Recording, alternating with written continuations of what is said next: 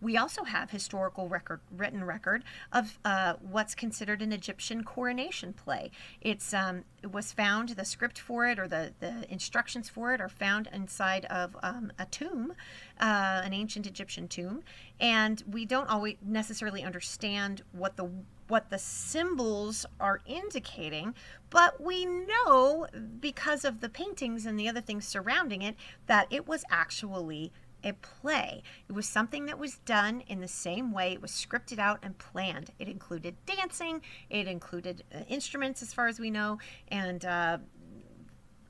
something connecting to the gods.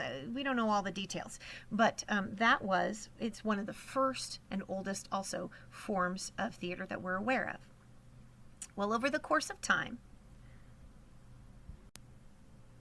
just kidding, ritual is something that develops over the course of time by doing the same thing in the same way over and over and over again. Most often in our culture, ritual is connected to some kind of a religious ceremony. One ritual that you're very familiar with is the ritual of a marriage, where there are particular lines being read by specific individuals.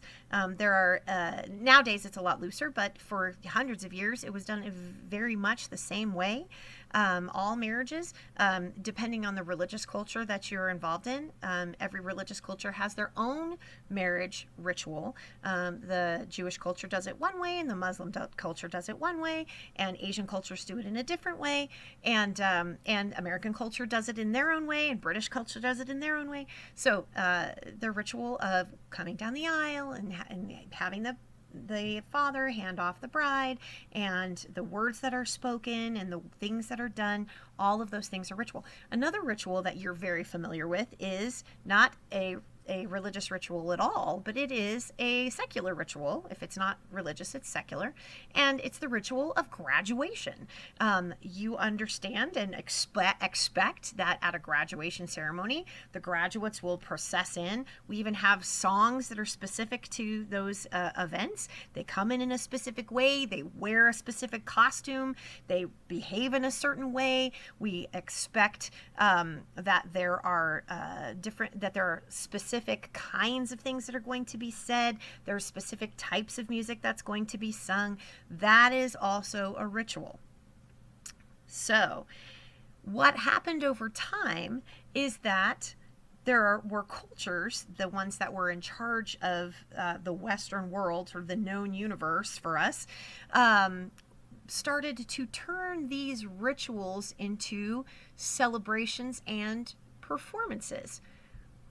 The Jewish culture had their celebrations, and they had a specific script that they were following, and they had dancing and they had singing.